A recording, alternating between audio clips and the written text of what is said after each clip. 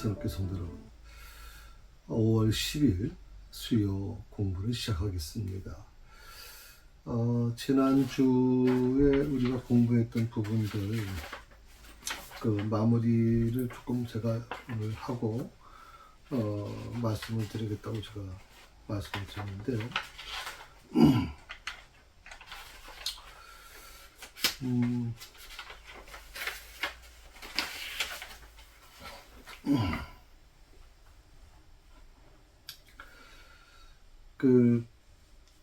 특히 이스라엘 백성들에 대한 얘기를 말씀을 드렸죠. 특히 여호와라는 이름, 하나님께서 여호와라는 이름을 모세에게 이제 알려주지 않습니까? 그 여호와라는 이름이 어떤 의미가 있는지에 대해서 지난주에 말씀을 드렸고요.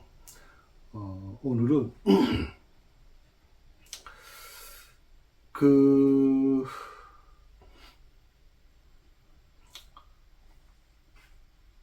특별히 이스라엘 백성들 사이에서 아마 모세도 마찬가지고 아론도 마찬가지고 또 이스라엘 백성들도 마찬가지였을 거라고 생각이 들거든요. 모든 사람들이 어떻게 생각했냐면 이제 곧 우리가 애굽을 탈출해서 약속의 땅 가나안으로 가게 될 거다. 이제 그런 환상을 갖고 있었죠. 그런 것들이 이제 바로의 압박에 의해서 무너지면서 그들은 깊은 절망에 빠지게 됩니다.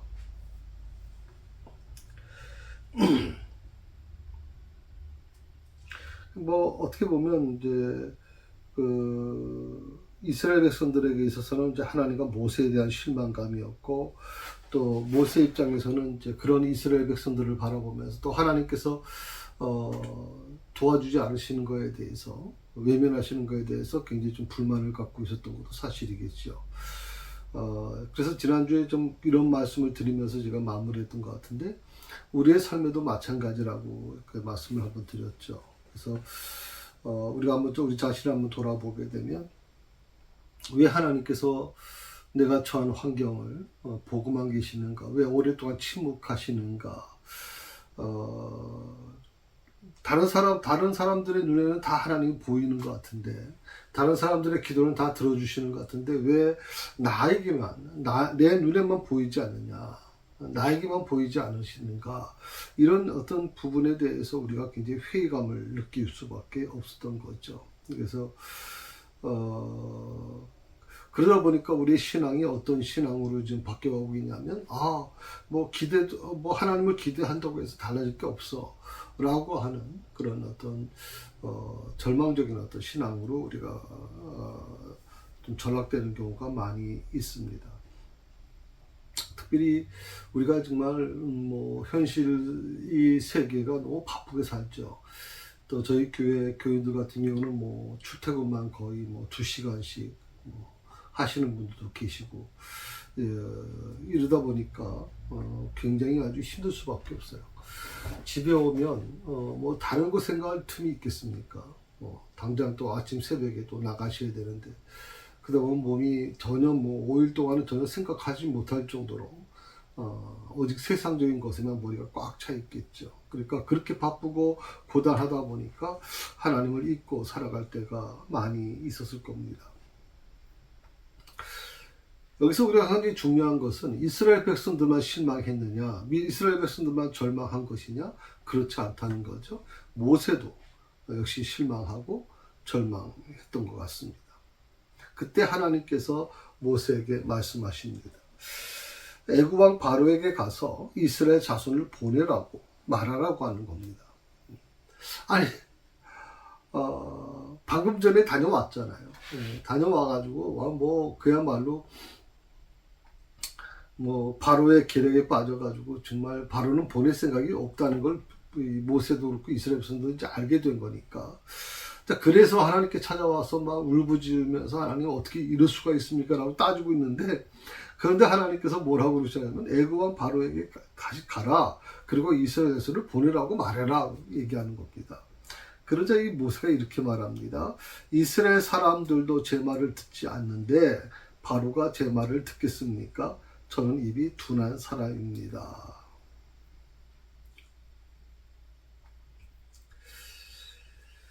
이 모세의 어떤 이 말이 뭐 틀린 말은 아니죠. 사람들도 내 말을 듣지 않습니다. 근데 바로가 제 말을 듣겠습니까? 라고 하는 이 반문 속에서 이유를 나는 입이 둔한 사람입니다. 라고 이제 핑계를 대는 거예요. 나는 어차피 하나님께 말씀드리지 않았습니까? 나는 말을 할 줄 모른다고 말씀드렸잖아요. 말을 잘 못한다고. 이 부분을 이제 모세가 이렇게 하나님께 얘기하니까 이 모세의 답변 이후에 하나님의 답변이 안 나와요. 더 이상 하나님께서 모세와 대화하지 않으세요.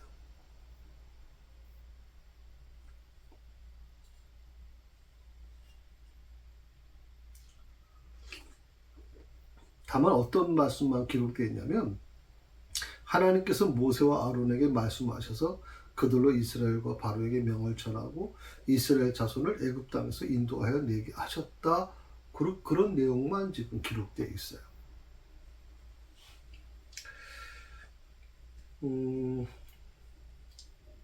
이 비슷한 내용이 이제 28절에 30절에 한 번 더 나오는데 그 사이에 이제 모세와 아론의 족보가 나오는 거거든요. 왜 갑자기 족보가 나오나 우리가 그런 의문을 갖게 될 수가 있어요.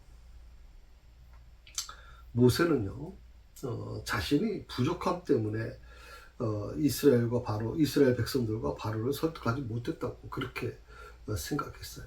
내가 부족해서, 내가 말을 못해서 제대로.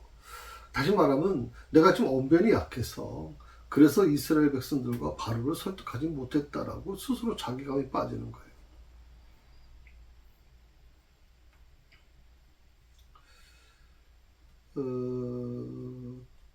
어떻게 보면 이런 모습들이 우리 안에도 많이 있죠. 어떤 일을 하려고 할 때 나는 능력이 부족합니다. 나는 외모가 부족해서 안 될 것 같아요. 나는 학벌이 부족해서 안 될 것 같아요. 라고 이렇게 스스로 자기를 이렇게 생각할 수 있어요. 자신의 부족함. 사람마다 부족함이 없는 사람이 어디 있겠습니까? 다 부족함이 있어요. 그런데 그 부족함을 어떻게 우리가 이걸 조정할 것인가가 중요한데 바로 그런 그 부족함 때문에 내 능력이 부족해서 하나님의 뜻을 이루지 못한다고 하는 이 자책감, 이것이 바로 모세가 갖고 있던 마음이거든요. 그런데 자, 그래서 이제 실패했다는 건데, 그런데 하나님은 뭐라고 얘기하냐면, 나는 능력이 부족해서 못했습니다. 나는 부족해서 이걸 이루지 못했습니다. 라고 그렇게 고백하는 바로에게 하나님은 뭐라고 말씀하십니까? 그럼 모세와 아론을 통해서 하나님의 뜻을 이루시겠다고 분명히 말씀하십니다. 그러니까, 모세가 이 단락에서 족보를 놓은 이유가 뭐냐라고 할 때 먼저 이 족보의 그 결론 부분을 보게 되면요. 하나님의 명령을 받고 바로에게 가서 이스라엘 자손을 애굽에 내어 보내라고 말한 자가 바로 모세와 아론이라고 말하고 있거든요.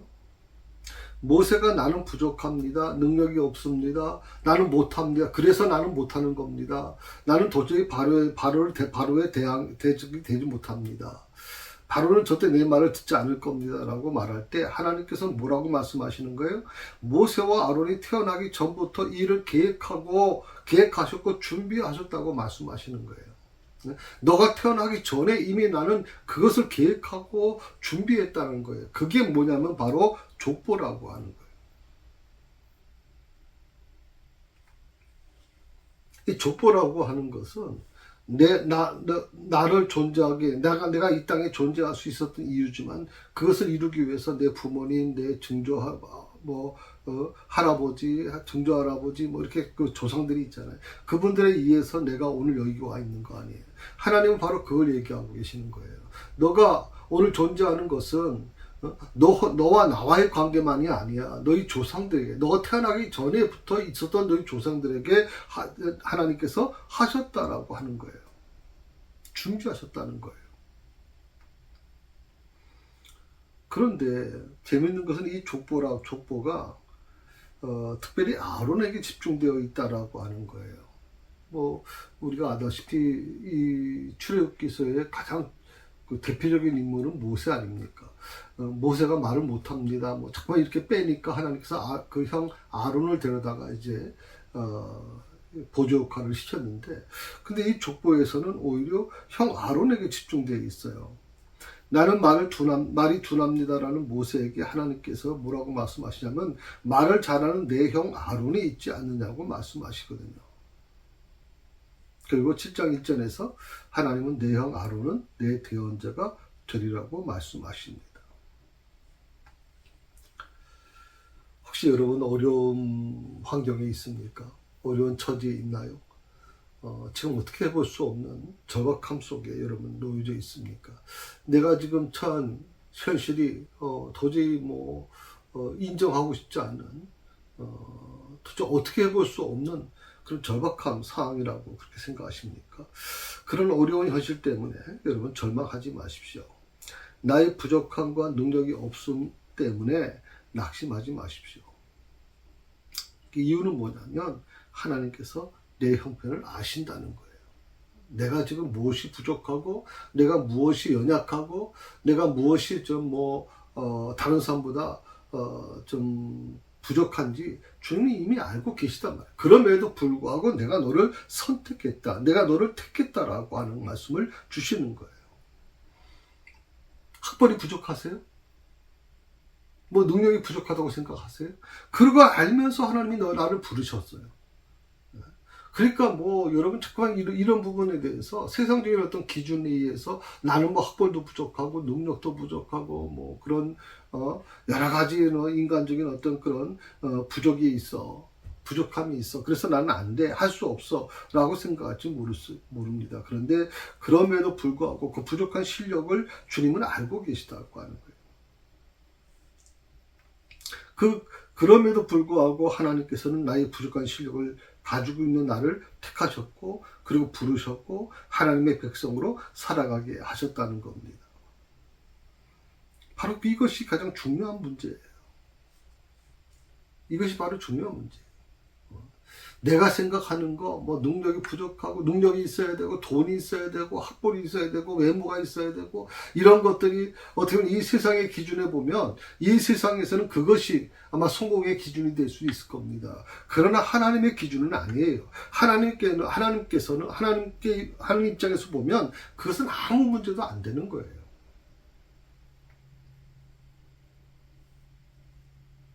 왜 그렇습니까? 하나님의 부르심을 따라 살아가는 삶은요, 내 힘으로 감당하는 것이 아니에요. 바로 하나님의 은혜로 감당하는 거예요. 아멘? 내 힘으로 감당하는 게 아니라 하나님의 은혜로 감당하기 때문에 하나님의 부르심을 따라가는 살아가는 삶은 내가 스스로 생각할 때 능력이 있어야 되고, 돈이 있어야 되고, 외모가 있어야 되고, 학벌이 있어야 되고, 좋은 직장이 있어야 되고, 이런 것에 대해서 연연하지 않았으면 좋겠다는 생각이 들어요. 그것을 여러분 너무 의지하게 되면, 그게 물론 세상적인 기준일 수는 있습니다. 근데 그걸 의지하게 되면 어떻게 돼요? 하나님의 은혜가 여러분 안에 존재할 수가 없어요. 하나님의 은혜가 여러분 안에서 머물 수가 없단 말이죠. 하나님께서는요, 비록 부족한 내 삶에 가장 부족한 부분들이 있지만 그 부족한 그 부분 위에 강한 손을 더하신단 말이죠. 그리고 하나님의 뜻을 반드시 이루신다. 그러니 문제는 나의 부족함이 아니에요. 부족함은 절대 문제가 되지 않아요. 그러니까 여러분이 주님의 일을 할 때, 교회에서 사역을 할 때, 부족하니까, 나는 부족해서, 그런 능력도 없고, 재주도 없고, 또 그런 어떤 기능도 없고, 난 돈도 부족하고, 여러 가지 그런 거 가지고 얘기하시는 거라면, 이런 부분에서는 빨리 벗어나는 게 좋겠다고 생각이 듭니다. 사실 나의 부족이 문제가 아니라 진짜 문제가 뭔지 아세요? 하나님을 신뢰하지 않는 거예요. 그리고 하나님을 의지하지 않는 나의 믿음 없는 것이 문제인 거죠. 여러분이 정말 부족하다 할지라도 믿음이 뒷받침되고 있다면 그것은 그렇게 큰 문제가 되지 않을 거라고 생각을 하는 거예요.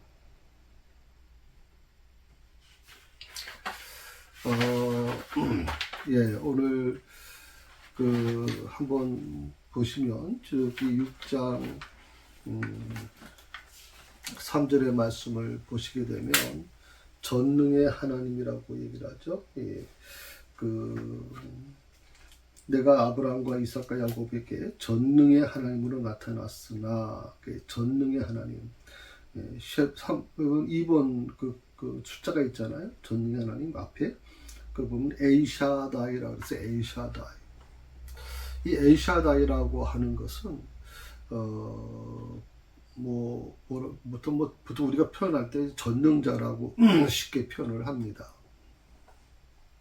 이 엘이라고 하는 것은 이제 그 힘센 자, 보통 이 엘이라고 하는 표현은 이제 중동의 셈족이라고 그러거든요. 지금 이스라엘이나 그 부근에 있던 사람들, 요르단이나 이런 사람들이 전부 셈족입니다. 이 셈족의 언어 중에서 이 엘이라고 하는 것이 있어요. 최고. 그들이 믿는 신 중에 최고의 신. 그게 엘이에요, 엘. 그래서 이 히브리에서도 아마 그런 부분에서 그 지역에 그 불렸던 신에 대한 이름을 도입했다고 생각이 드는데 에이샤다이, 엘이라고 하는 것은 힘세다, 전능하다, 힘이다라고 표현이에요. 다이라고 하는 표현이 좀 더 우리말로 하게 되면 굉장히 좀 능력 있는 자라 하는 표현이 나오는 거죠.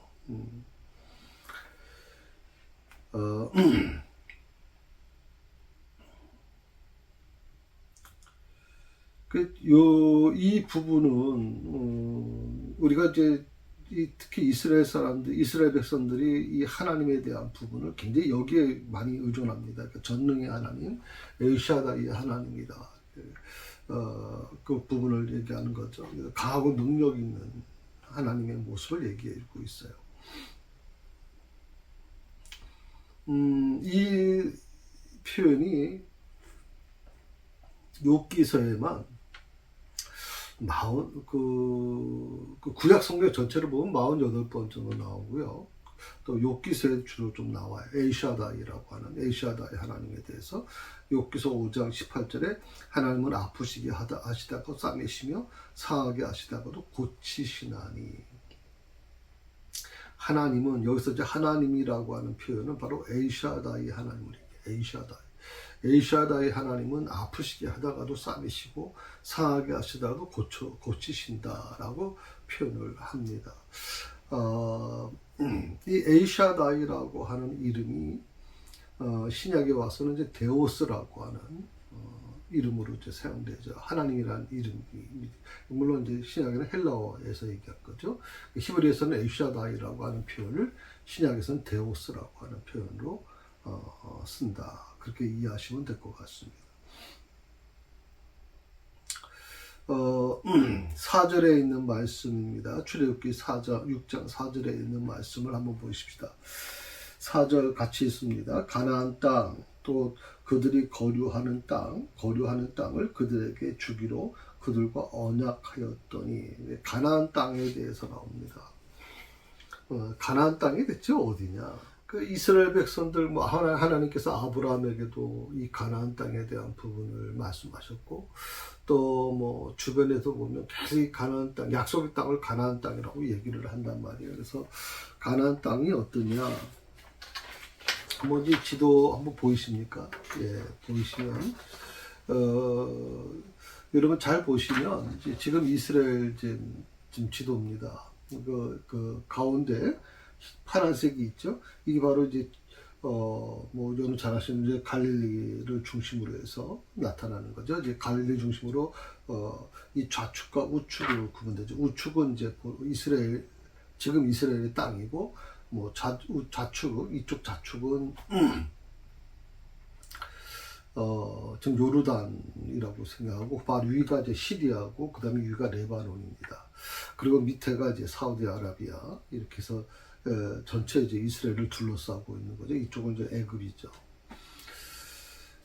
가나안이라고 하면 좁게는요 두 가지가 생각할 수 있어요. 좁게 표현한다면 요단 동편에 위치한 가사에서 시돈 사이다. 가사에서 시돈. 가사가 어디냐면 여기입니다. 여기 헤브론 바로 옆에 있는 바로 여기 이제 해안가 쪽에 가사가 있는데 가사에서 시돈, 두로 시돈이라고 하는 시돈이 있습니다. 그러니까 여기를 가나안이라고 부른다. 좁게는 그렇게 얘기하는 게 창세기 10장 19절에 나오는 말씀인데 대신 넓게 표현할 수 있어요. 가나안 땅을 넓게 표현하면 요단 동편의 애굽 여기서부터 이쪽이 애굽이죠. 애굽에서부터 이쪽 에돔 모압을 거쳐서 이 사우디아라비아거든요. 이쪽이 그 사우디아라비아 쪽에서 유프라테스 강이 흘러요. 거기까지 전부 다 가나안 땅이다라고 표현한다는 거예요. 이해가 되셨어요? 좁은 상태에서 가나안 땅을 설명할 수 있고 넓은 가나안 땅을 설명할 수 있는데 좁게는 이 가사에서 시돈까지의 어떤 위치를 가나안 땅이라고 지금의 이스라엘 땅이라고 생각하면 돼요. 그리고 넓게는 뭐 애굽 동편에서부터 애굽강에서부터 여기 애굽강인데 애굽에서부터 사우디아라비아에 있는 유브라테스까지 전체를 전부 다 가나안 땅이라고 이렇게 보통 지칭한다 이렇게 얘기할 수 있습니다.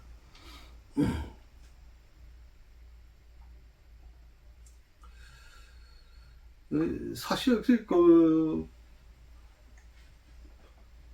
이렇게 얘기했거든요. 가나안 땅고 그들이 거류하는 땅 그들에게 주기로 그들과 언약하였다 하는 말이 나와요.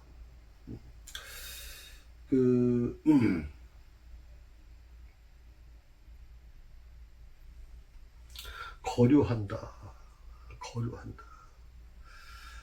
사실은 아브라함의 후손들은 애굽에 들어오기 전까지 가나안 땅에서 살았어요. 다만 이제 그들이 살았던 가나안 땅은 정착한 땅이 아니라 이제 쉽게 말하면 뭐 나그네로서의 삶이라고 생각하면 되죠. 가나안 땅을 두루 다니면서 그저 나그네로서의 삶을 살았을 뿐이지 거기에 정착해서 살지는 않았다. 따라서 여호수아의 인솔하에서 이스라엘 백성들이 가나안을 차지하게 된 것은 단연히 어떤 자연적인 기득권에 의해서가 아니라 오직 하나님의 은총에 근거한 것임을 알 수가 있죠.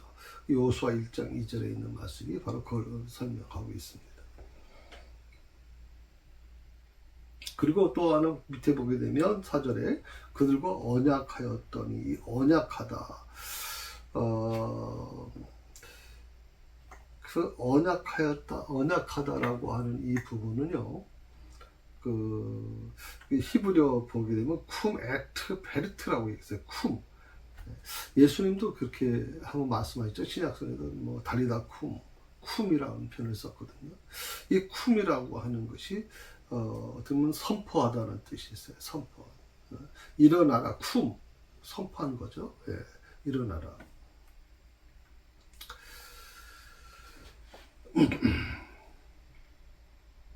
이 언약하였다라고 하는 것은 뭐 이스라엘 백성들과 하나님 사이에서 어떤 상호 협의하에서 이루어지는 언약이라기보다는 하나님의 일방적인 또 불가항력적인 어떤 그런 은혜에 근거한 언약이라고 봐야 되겠죠.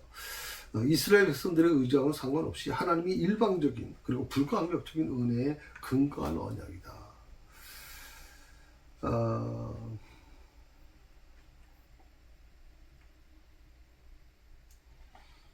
자, 5절에 있는 말씀을 한번 보실까요?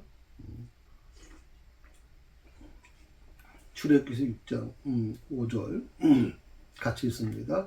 이제 애굽 사람이 종으로 삼은 이스라엘 자손의 신음소리가 선의 소리를 내가 듣고 나의 언약을 기억하노라. 나의 언약을 기억하노라. 이 신음이라고 하는 말을 썼어요. 신음. 그 이스라엘 자손의 신음을 들었다. 신음 소리를 들었다. 그 고통 소리, 뭐 이스라엘 선들의 고통 소리라 하듯 신음 소리라고 하는 게 이제 고통 소리라고 하는 뜻이죠. 뭐 이스라엘 선들이 너무 고통스러워서 견딜 수 없을 정도로 지금 힘들었다는 뜻이니까 네, 그렇게 생각하시면 될 것 같고요.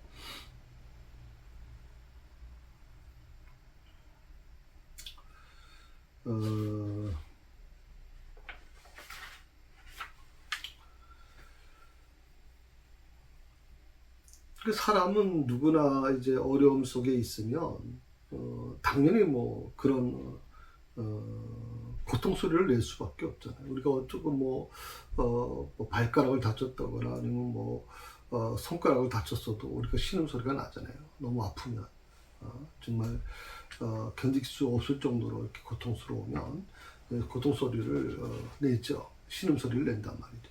근데 하나님께서 그 신음 소리를 들으셨다라고 하는 거예요. 그리고 그들을 구원하기로 작정하셨다라고 하는 말씀이에요.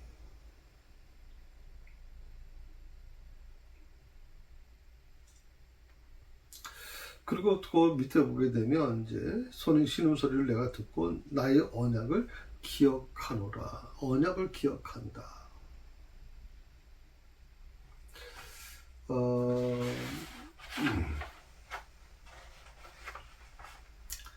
이 기억한다라고 하는 이 단어 속에는 알아볼 수 있도록 표시한다라는 의미가 있어요. 그래서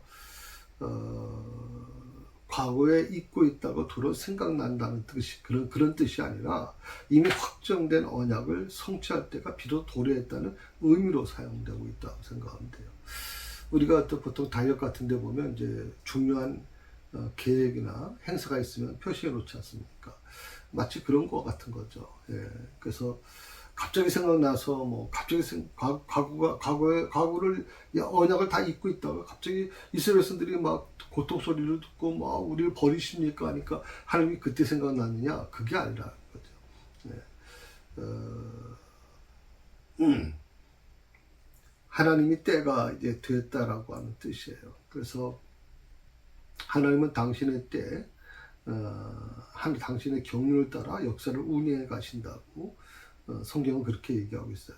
그러니까 내 때가 아니에요. 내 시간이 아니에요. 하나님의 시간이고 하나님의 때가 돼야 하나님은 그런 하나님의 때의 역사를 운영해 나가시지 마치 뭐 내가 때를 쓰고 막 우리 어린 아이들 보면 막 그냥 부모님께 막 때를 쓰잖아요. 길에 쓰고 뭐고 때를 쓰는데 부모님들이 거기 져요. 근데 제가 일본을 여행을 한 때 가서 보니까 허락이 안 됩니다. 용납이 안 됩니다.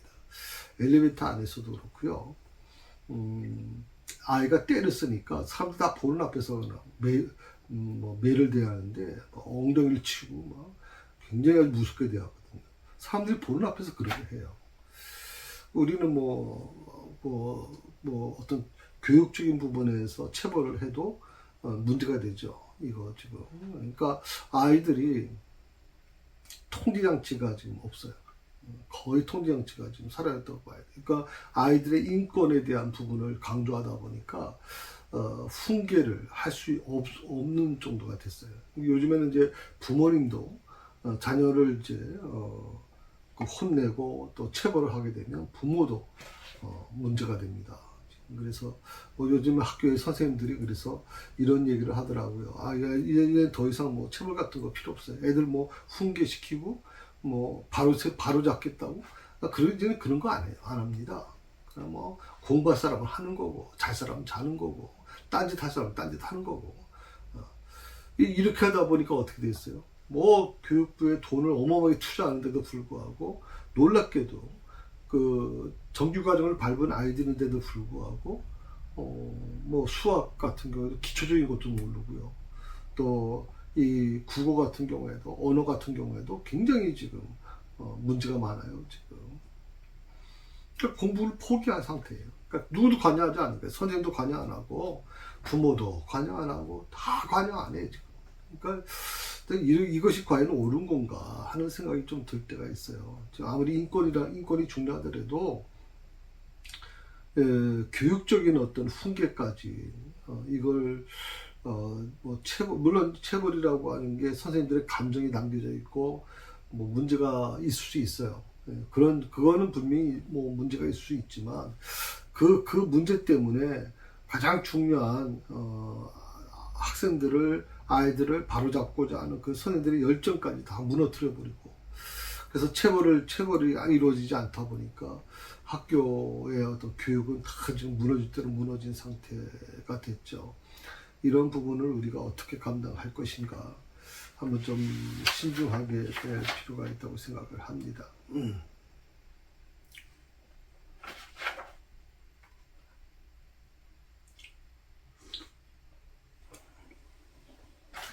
자, 6절에 있는 말씀을 한번 보실까요? 네, 6절에 있는 말씀은요, 같이 있습니다. 그러므로 이스라엘 자손에게 말하기를 나는 여호와라. 내가 애굽 사람의 무거운 짐 밑에서 너희를 빼내며 그들의 노역에서 너희를 건지며 편팔과 여러 큰 심판들로서 너희를 속량하여.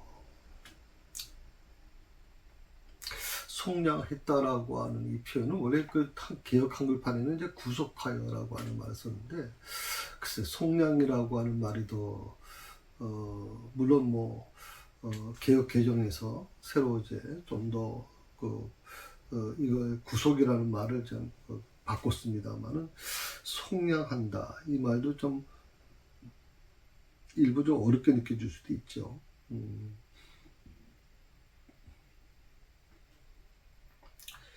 이 무거운 짐이라고 그랬어요. 내가 애굽 사람의 무거운 짐 밑에서, 무거운 짐. 그러니까 이스라엘 백성들이 애굽에서 겪었던 그 모든 압제를 통칭하는 말이 바로 이 무거운 짐이라는 표현이에요. 그러니까 이스라엘 백성들의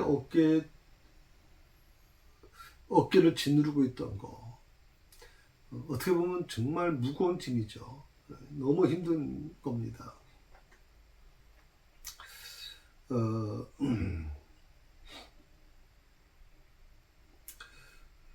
그리고 이 무거운 짐 밑에서 너희를 빼낸다. 너희를 빼내며 라고 하는 것은 어떤 그 뜻이 있냐면, 산다라고 하는 뜻이 있어요. 그러니까 대가를 지불하고 산다, 택하다 하는 뜻이 있는데, 여기서 한 가지 중요한 것은 거저 이루어지는 게 아니라 대가를 지불한다는 거예요. 그러니까 빼어내며 하는 것은 대가를 지불하고 빼어내겠다는 거예요. 대가를 지불하고 내가 사겠다는 거예요.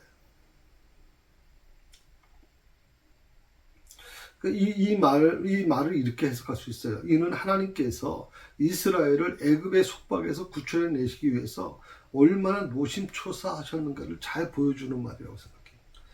하나님께서 이스라엘 백성들을 애굽의 속박에서 구출해내기 위해서 얼마나 노심초사했는가.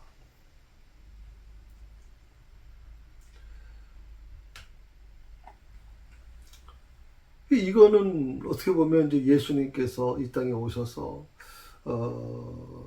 하나님께서 나를 이제 그 사단의 어떤 세력으로부터 건져내시기 위해서 빼어낸다라는 표현을 쓴 거죠. 그 사탄의 세력에서 빼어내기 위해서 뭐 어떻게 합니까? 계시록 5장 8절에 보면 이제 성도를 피로 사셨다라고 나오거든요. 예수님께서 십자가에서 그 피 흘림을 통해서 사탄의 그런 어떤 세력으로부터 건지셨다라고 하는 뜻이에요.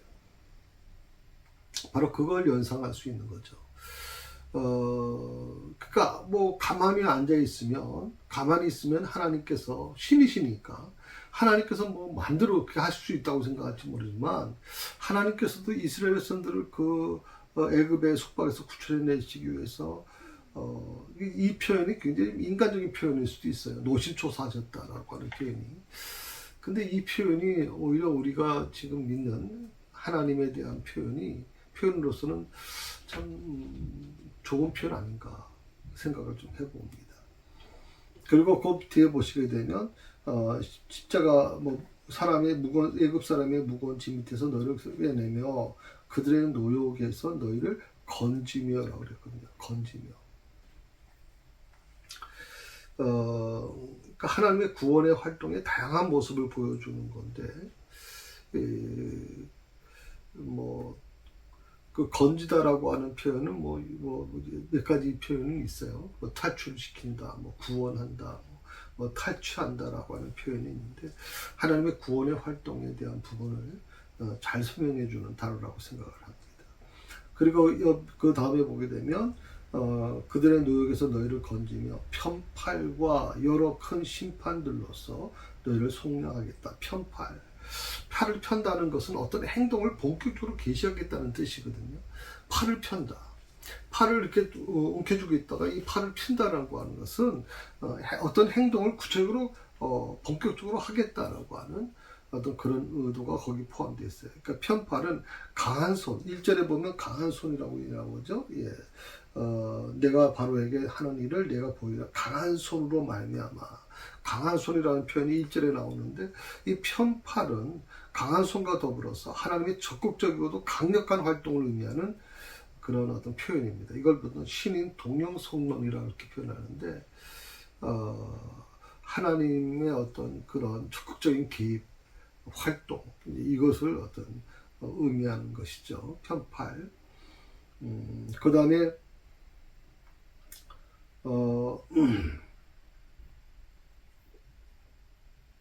여러 심판들로서 너희를 속량하며, 그 심판이라고 표현했거든요. 심판, 여러 큰 심판. 이 심판이라고 하는 말은요, 보통 그 개역 한글판에서는 재앙이라는 표현을 썼어요. 재앙. 큰 재앙으로 너희를 구속했다. 큰 재앙이라고 했는데 여기는 심판이라고 했어요. 그러니까 같은 말입니다. 그러니까 미쉐파트라고 하는 이 말인데, 거기에 이제 심판이라는 말이 있고 재앙이라는 말, 같은 의미인데, 이 말은요, 심판이라고 하는 표현이 우리 개역개정판에서는 이제 바뀌어진 거 보면, 재앙이라는 표현이 심판으로 바뀌어진 걸 보게 되면 이런 아마 의미가 있을 겁니다.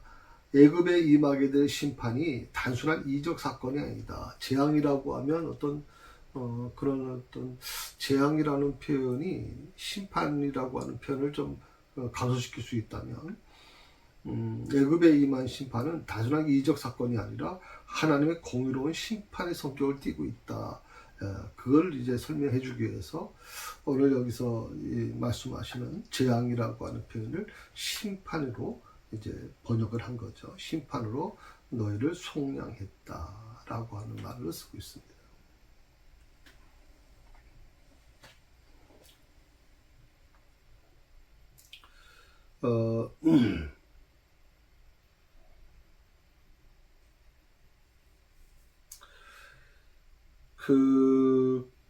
특히 그 구속하여라고 하는 표현이 나오거든요. 너희를 속량하여 구속하여라고 하는 표현인데, 이 고엘이라고 하는 말을 썼는데, 다른 사람에게 넘어갈 위험에 처한 가문의 재산이나 사람을 물을 수 있는, 혈족이 취할 수 있는 권리, 이걸 뭐라고 그러면 이제 구속한다, 아니면 속량한다는 표현을 썼어요. 이 고엘 제도라는 건 여러분 아마 성경 보면 알고 계실 거예요. 속량한다는 표현이 사용된 게 어디 있을까요?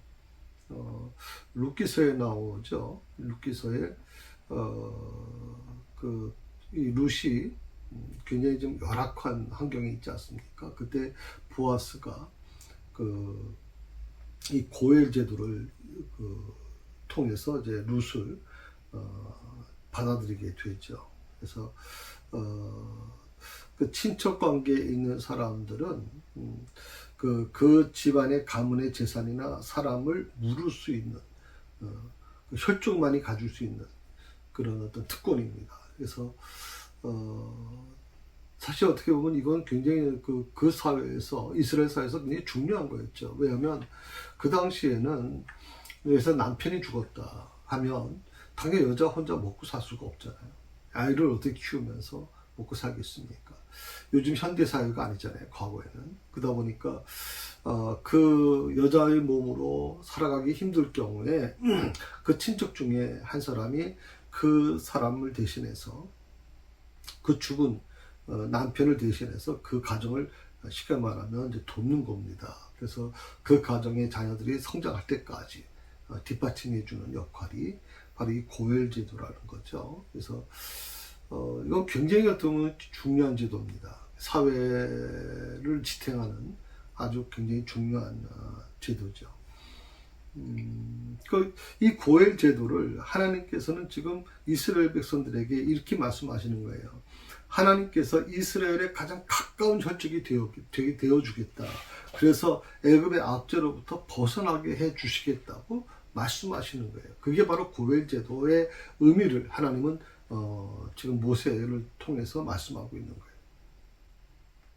너희가 너희 친척이 어려움을 당하면 너희가 고엘 제도를 통해서 그 친척을 구원하는 것처럼 나도 역시 이 고엘 제도에 있는 내용처럼 너희가 어려움을 당했을 때 너희가 그 애굽의 압제로부터 벗어나게 해주기 위해서 내가 혈족으로서 그것을 책임지겠다라고 그렇게 말씀하고 계시는 겁니다.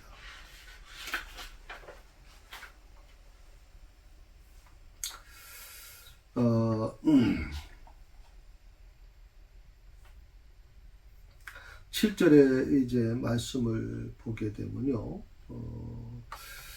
7절의 말씀을 들어가기 전에 먼저 잠깐 말씀을 좀 드린다고 하면 하나님께서 그 모세에게 이스라엘 자손에게 말할 내용을 이제 주시는 게 이제 6절에서 이제 8절에 있는 말씀을 통해서 주시는데 거기서 이제 하나님께서 이스라엘 자손에게 자신을 뭐라고 말씀하셨냐면 여호와라는 것을 강조하셨다고 지난주에 말씀을 드렸어요. 여호와 하나님께서 말씀하신 내용은 세 가지예요. 그 세 가지를 좀 먼저 여러분 한번 생각하고 다시 이제 7절에 있는 말씀을 공부하겠습니다.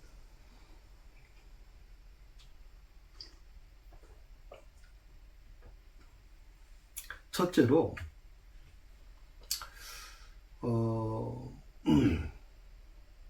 하나님께서는요 이스라엘 백성들을 무거운 짐 밑에서 건져내시겠다고 말씀하세요.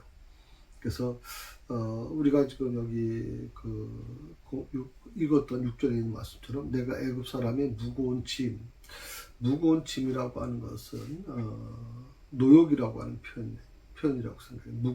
그러니까 이 애굽의 노역이죠. 노역 밑에서 너희를 빼어내며 그 고역에서 너희를 건지며 편팔과 큰 재앙이라고 하는 심판이라고 말씀드렸잖아요. 큰 심판으로 너희를 구속하겠다는 것은 속량하겠다는 뜻이 있죠. 둘째로 하나님은 이스라엘을 자기 백성으로 삼으시겠다고 말씀하십니다. 자기 백성으로. 그래서 너희로 내 백성을 삼고 나는 너희 하나님이 되리니 7절에 있는 말씀입니다. 나는 애굽 사람의 무거운 짐 밑에서 너희를 빼낸 너희의 하나님 여호와인 줄 너희가 알지라. 무거운 짐 밑에서 너희를 빼어낸 너희 하나님 여호와인 줄 너희가 알지라. 하나님께서 이 사람들을 구원하는 목적이 뭐냐? 그건 하나님과 그들 사이 관계를 회복시키기 위한 것이다. 하나님께서 이스라엘 백성들을 구원하신 목적은 딱 한 가지예요. 하나님과 이스라엘 백성들 사이의 관계를 회복시키시자 하는 거예요. 그게 바로 하나님이 이스라엘 백성들을 구원하시는 목적이에요. 하나님이 나를 구원하시는 목적이 뭐냐? 하나님이 나를 부르시는 목적이 뭐냐? 하나님과 나 사이의 관계를 회복시키기를 원하시는 자기 백성으로 삼으시겠다. 셋째로 하나님은 이스라엘 백성들을 가나안 땅으로 인도하시고 그 땅을 소유물로 주시겠다고 말씀하셨습니다. 이게 8절에 있는 말씀이 되겠네요. 8절에 있는 말씀 보게 되면 내가 아브라함과 이삭과 야곱에게 주리라고 맹세한 땅으로 너희를 인도하고 그 땅을 너희에게 주어 기업을 삼게 하리라. 나는 여호와라 하셨다 하라. 기업을 삼게 하리라. 그러니까 아브라함과 이삭과 야곱에게 주기로 맹세한 땅으로 너희를 인도할 것이다. 그리고 그 땅을 너희에게 주어 기업을 삼게 할 것이다. 그러니까 가나안 땅이라고 하는 것은 이미 선조에게 약속한 땅이에요. 가나안 땅은 갑자기 이스라엘 백성들이 엉뚱하게 우리 징기스칸처럼 그냥 땅을 넓히기 위해서 정복 전쟁을 하는 게 아니에요. 이스라엘 백성들이 가나안 땅을 이제 얻게 되는 과정은 그건 하나님께서 이미 이 땅을 우리에게 주셨다고 그렇게 그들은 확신하고 있는 거예요. 그러니까 이 땅은 요즘 말로 하면 이제 호족등본이죠. 호족등본 토지대장이라고 봐야 돼. 호족대장이라고 토지대장이라고 봐야겠네. 토지대장을 보게 되면 이건 누구누구의 소유 이름이 적혀 있잖아요. 그러니까 가나안 땅은 하나님께서 이스라엘 백성들에게 이미 약속하신 땅이에요. 그리고 그 땅은 여호수아를 통해서 완전히 정복 전쟁을 통해서 완전히 복속된 땅이란 말이죠. 그래서 이 가나안 땅이라고 하는 건 이스라엘 백성들에게 굉장히 중요한 거예요. 1948년인가요? 그때 이스라엘이 이제 나라를 세울 때도 바로 여기에 근거한 거죠. 그러니까 그동안 2000년 동안을 살았던 그 팔레스타인 사람들 입장에서는 정말 통곡할 일이죠. 왜 2000년 동안 그 땅에 들어와가지고 살았는데 갑자기 그 땅 내놓으라 그러니까 그 땅은 우리 땅이라 그러니 이거 황당한 거죠. 근데 그걸 또 영국이나 미국이나 이런 데가 나라가 다 인정을 해주니 뭐라 할 수도 없고 거기서 쫓겨나면서도 말 한마디도 못하고 정말. 왜냐면 이제 그들은 구약 성경을 율법을 토지대장으로 내놓는 거예요. 자 봐라, 여기가 바로 우리 땅이야. 하나님이 우리에게 주신 땅이야. 우리 손자들이 다 산 땅이야. 라고 하는 거예요. 너희는 2000년 동안 살았어. 우리 손자들은 거기서 평생 살았어. 라고 이제 얘기를 하는 거죠.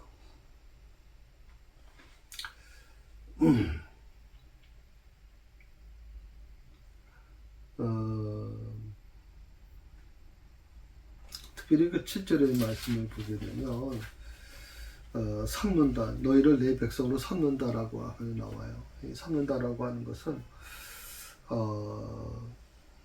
어떤 인정한다, 지정한다는 뜻이 있는데, 이스라엘이 착각하지 말아야 될 게 뭐냐면, 하나님이 이스라엘을 백성으로 뽑은 것은 그들의 민족적인 우월해서가 아니다. 그래서 그 사도 바울은 이제 그렇게 얘기하죠. 가장 이 세상에서 연약한 민족이기 때문에, 너희를 택하시지 않았느냐. 그런데 뭐 이렇게 잘하는 것이 많냐, 이렇게 바울도 얘기하지 않습니까? 그러니까 어떻게 보면 민족의 우월성에 기인한 게 아니에요. 그런데 이스라엘 백성들이 이제 어느 순간인가 착각을 하고 있죠.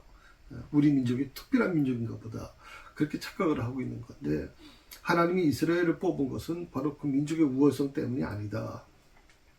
그건 뭐냐? 오로지 하나님의 은총에 근거한 주권적인 선택으로 말미암은 것이다라고 분명히 말씀하세요. 신명기 7장 6절에서 8절에 있는 말씀을 보면 그렇게 나와요. 오로지 오직 하나님의 은총에 근거한 주권적인 선택으로 말미암았다.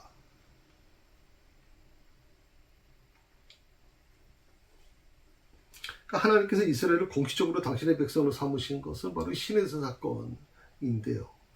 이 사건이 굉장히 중요한 것은 하나님과 이스라엘 사이의 관계를 구체화된 것이 바로 이 시내서 사건이에요. 언약 사건이거든요. 그러니까 족장들과 맺었던 이 언약을 이제는 한 민족으로서 이스라엘과 맺은 구속의 언약으로 구체화시켜 나가는 것이 바로 신의 산 언약이다 라고 하는 겁니다. 그래서 오늘은 이 7절까지 말씀만 좀 하도록 하겠습니다. 그 17일 같은 경우는 8절부터 공부하도록 그렇게 하겠습니다. 예, 그래서 이거 보시고 좀 이제는 좀 빠르게 아마 전개될 거라고 생각이 들어요. 그래서 아마 이루어질 거라고 생각이 듭니다. 예, 기도하십시다. 감사합니다, 하나님. 오늘도 주신 말씀 깊이 묵상하며 오늘 주신 말씀 속에서 하나님께서 이스라엘 백성들을 선택하신 것은 이스라엘 백성들이 무슨 특별한 민족이 아니라 그들이 무슨 다른 민족보다 우수했기 때문에 뽑은 것이 아니라 하나님의 절대적인 주권적인 어떤 선택이었음을 우리가 말씀하고 있습니다. 아버지, 이것을 이스라엘 백성들은 잊어버릴 때 교만하고 타락할 수밖에 없었습니다. 하나님이 저희를 선택하신 것은 저희가 능력이 있고 무슨 다른 사람보다 더 우월하기 때문이 아닙니다. 부족하지만 하나님께서 나를 붙잡아 주시고 당신의 오른손으로 나를 인도해 주신 것을 우리가 생각하면서 늘 겸손하게 주의 선택에 합당한 삶을 제가 살아갈 수 있도록 인도하여 주옵소서. 하나님께서 함께해 주심을 감사하며 예수님의 이름으로 기도드립니다. 아멘.